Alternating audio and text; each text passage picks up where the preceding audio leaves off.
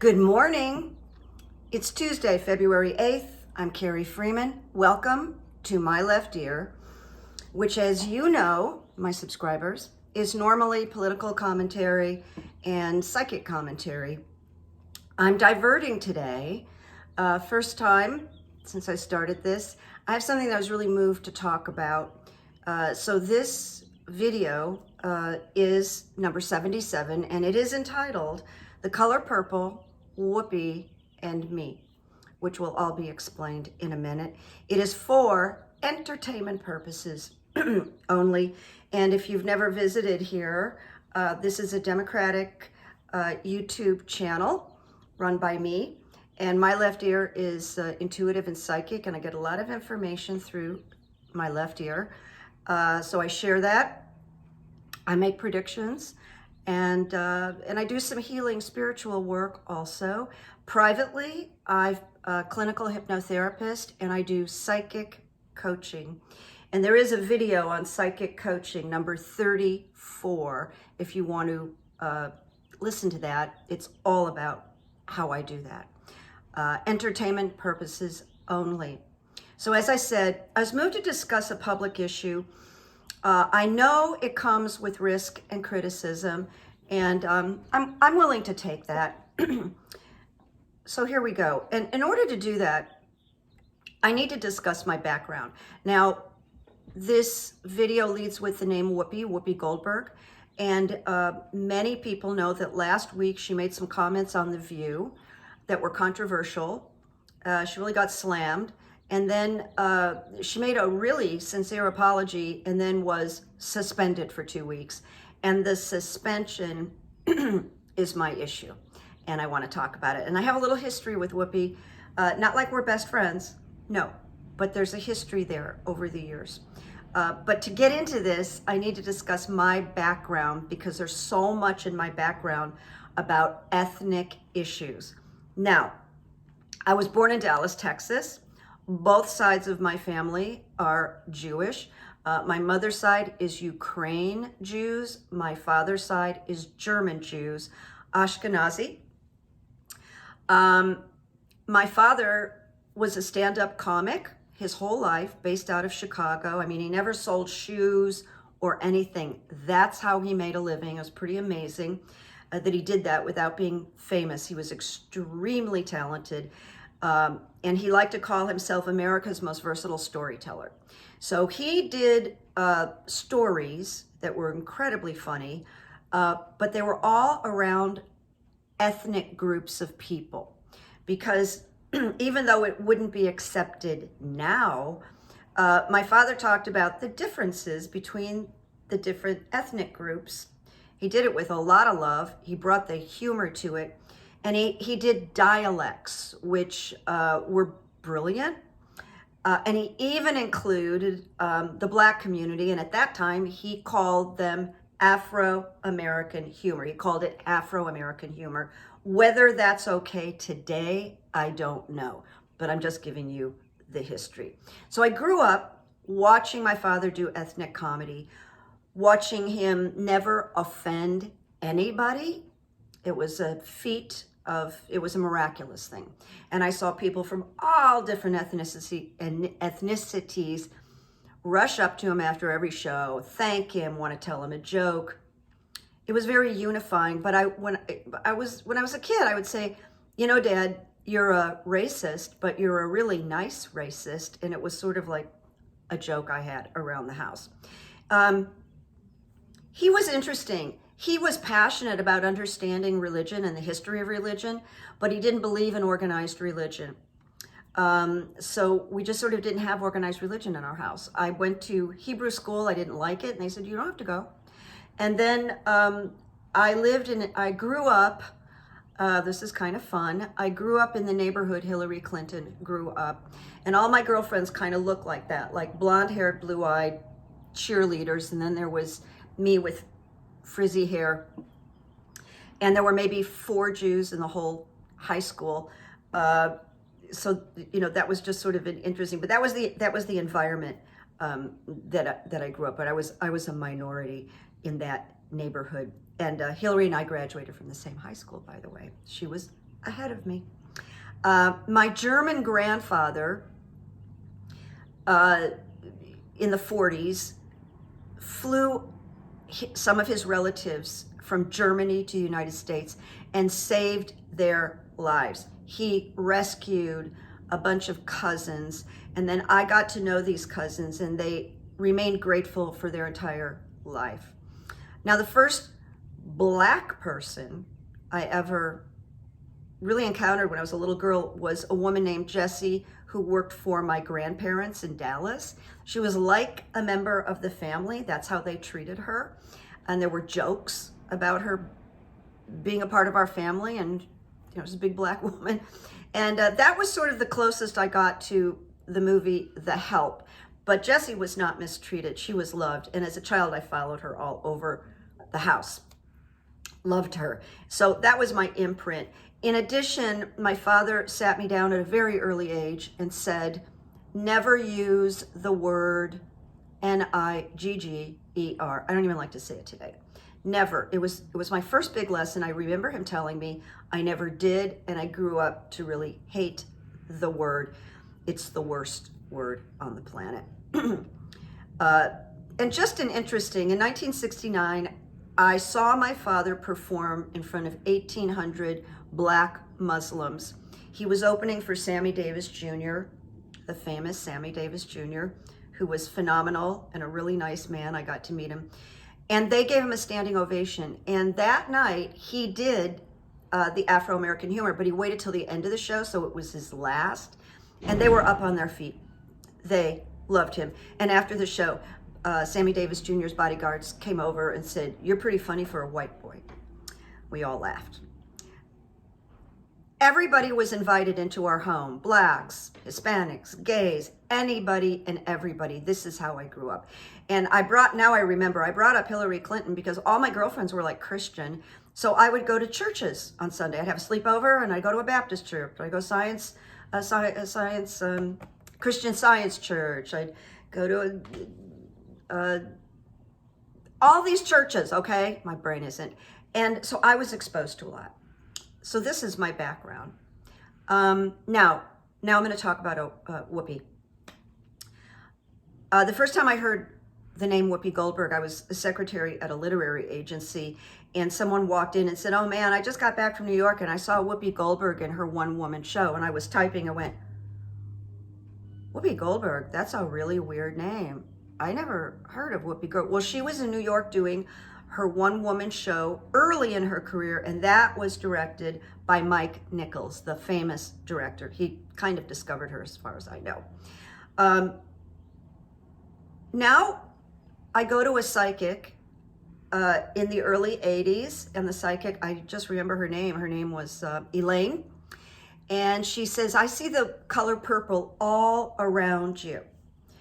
I was like, oh, that's interesting. But the next day was my birthday, and my friend Betty Vaughn, who is no longer with us due to ALS, gave me a book for my birthday, and it was The Color Purple. So purple, you see the purple, you see the purple. I love purple. So that was 1982. Then they made the film. Now the book meant everything to me. I fell in love with the book, and if you don't know, it won the Pulitzer Prize for fiction. Evidently, Steven Spielberg did too, because he made the movie, The Color Purple, and he cast Whoopi Goldberg in it. And Whoopi won Best Actress in 1985 for The Color Purple. Put her on the map. An amazing, unforgettable movie and performance. Well, in 1986, I met Whoopi.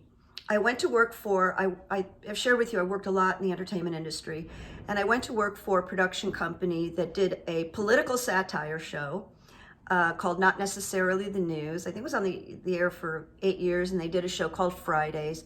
Really funny stuff. They had great writers. They had writers from Saturday Night Live, and I got to work there. I worked there for 8 years for the producers, Pat Lee and John Moffat. So they have meetings about this project called Comic Relief. And people from HBO are coming in, and Whoopi Goldberg and Robin Williams and Billy Crystal, and they're all meeting about it and developing this special to collect money for homeless. All right, so this was the reason for Comic Relief, to help the homeless, bring all the comedy community together in a live show. So this was the first year. Nobody really knew what they were doing, but my boss says to me,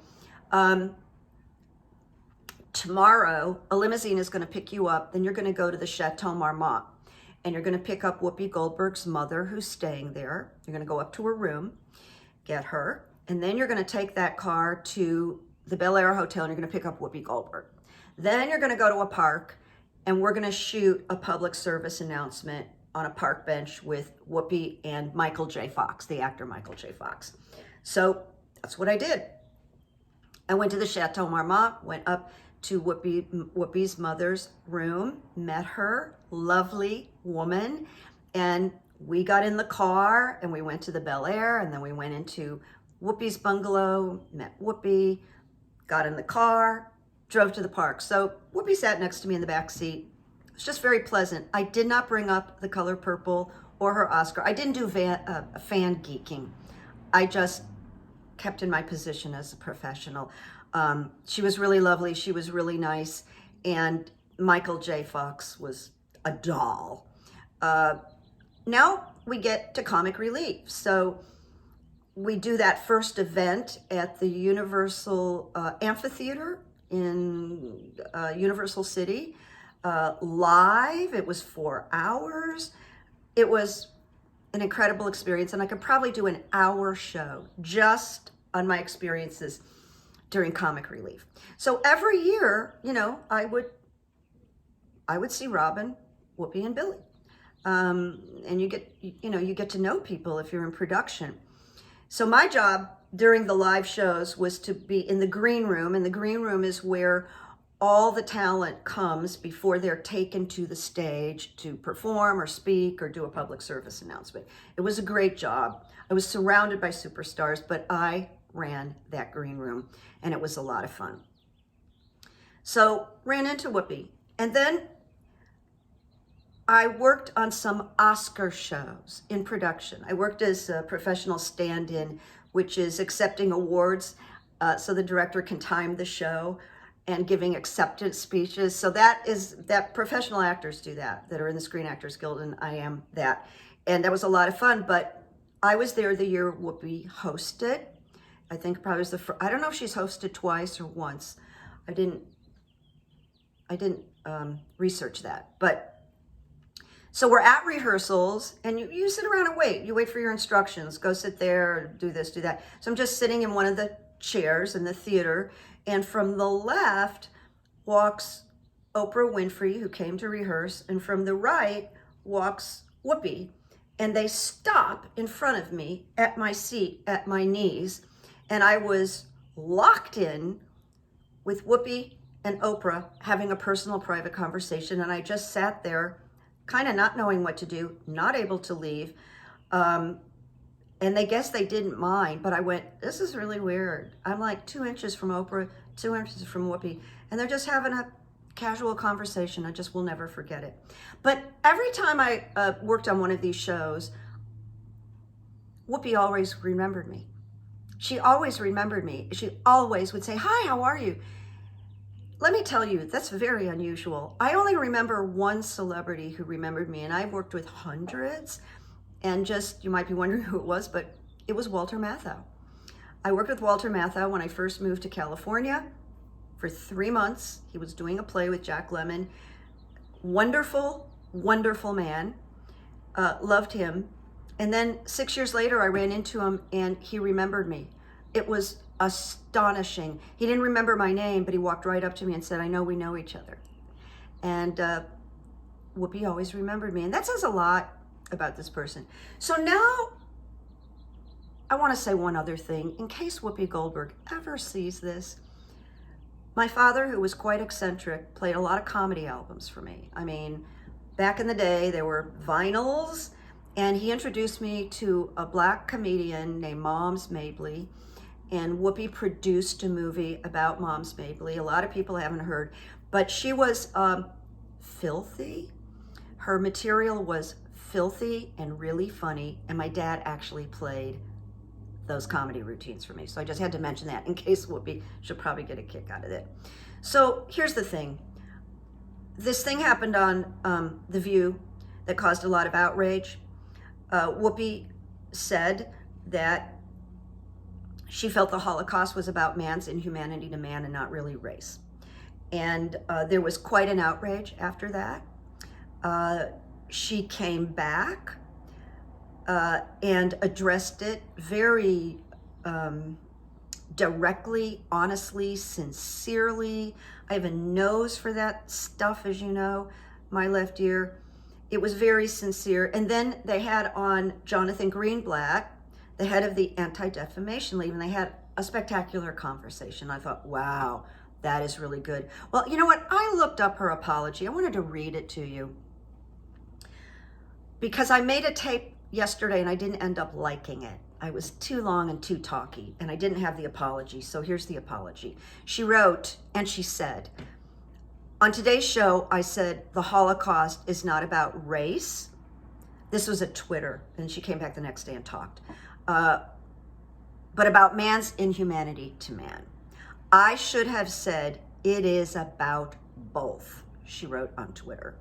As Jonathan Greenblatt of the Anti-Defamation League shared with us, the Holocaust was about the Nazis' systematic annihilation of the Jewish people, who they deemed to be an inferior race. And she wrote, I stand corrected. Now, the next thing is a little controversial because she showed up on Stephen Colbert and she talked about this. And my left ear feels that that upset the brass at ABC. And the phone call started and the text started and the insisting we got to have her take a couple of weeks off, and they're worried about ratings. This is what I think. And I'm here to say that was a bad call. It was a bad call, ABC. I thought maybe I was being, because I have, I've met Whoopi a whole bunch of times. I really like her, admire her. I think she's a brilliant actress. But no, I was watching Harvey Levin on TMZ, and they said the same thing, like, why would she get, put on leave for 2 weeks? So I thought, okay, Carrie, you're not nuts.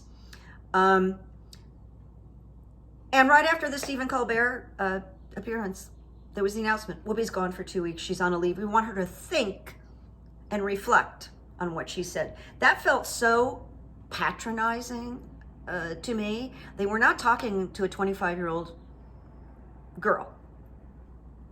Talking to a grown woman with lots of experience who's been a beacon of light on The View for many, many years. So my left ear and I feel that ABC did a public shaming of Whoopi and maybe held her to a slightly different standard.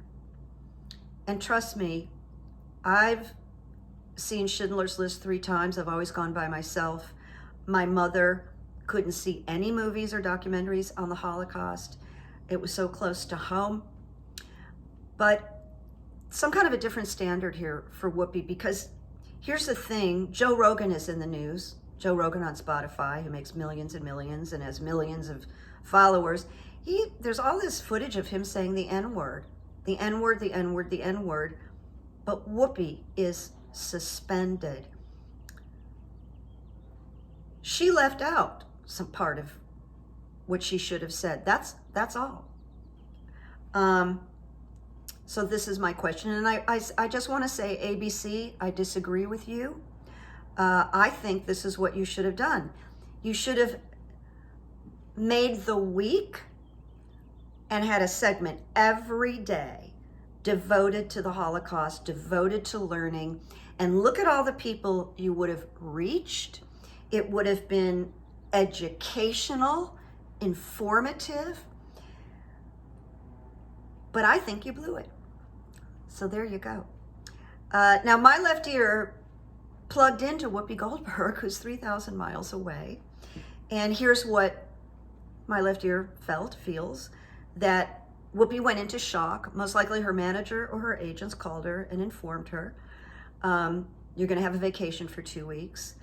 I'm sure she felt immense anger. She was horrified, embarrassed, hurt. And I'm going to bet, my left ear is going to guess, that she really thought about not returning to The View, and maybe still is thinking about it. But I'm here to say, Whoopi, you must return to The View.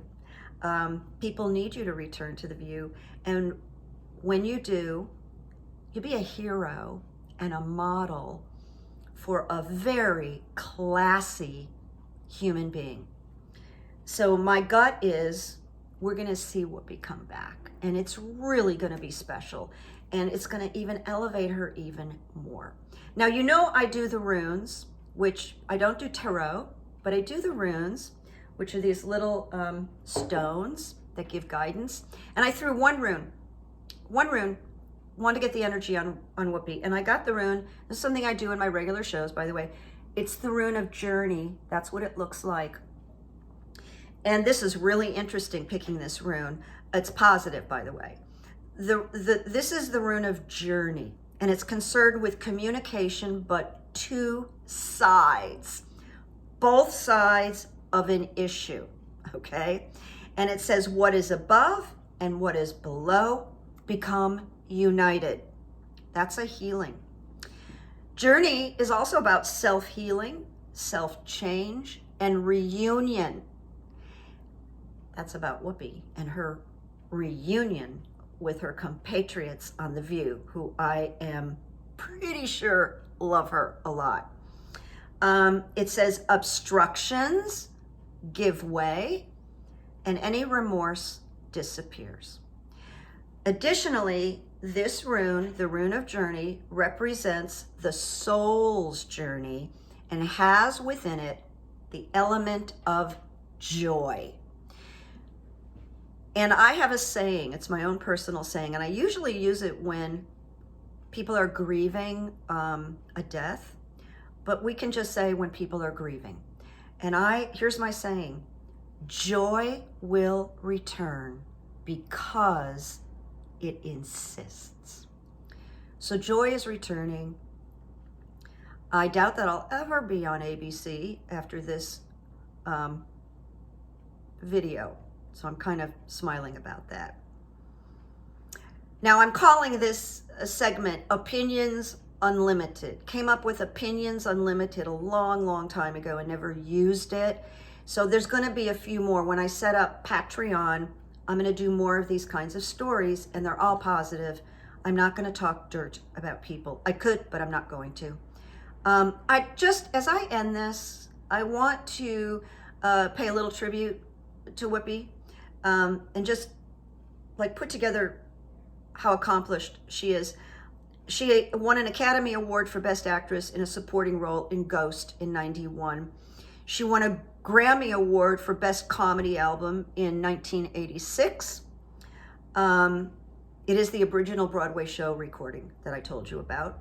She won a Golden Globe for Best Supporting Actress in Ghost, a Golden Globe for Best Actress in The Color Purple, a BAFTA Award for Best Actress in a Supporting Role, Ghost, a Mark Twain Prize for American Humor, 2001, NAACP Image Award for Outstanding Actress in a Motion Picture, 93, 92, 1998, The Long Walk Home, one of my favorite movies of all time. Loved you in that, Whoopi. And the People's Choice Award for Favorite Movie Actress in '93, and the Kids' Choice Awards for Favorite Movie Actress 3 or 4 years in a row. So I just wanted to share these accomplishments, and that I was proud to be around her, meet her. I love your work, Whoopi. I also love the job you did in SVU. Law and Order, SVU, as the compromised social worker. I thought you were brilliant. Anyway, so these are my thoughts. If you disagree with me, I hope you're not too harsh. This really came from the heart, people. and I will get back to the politics. Promise, I owe you that in the next couple of days. So as I sign off, as I always do, there's no quotes today, I say, make peace, make memories. That's all we got. Okay, thank you. Bye-bye. I always say bye-bye, like we're on an airplane. Bye-bye.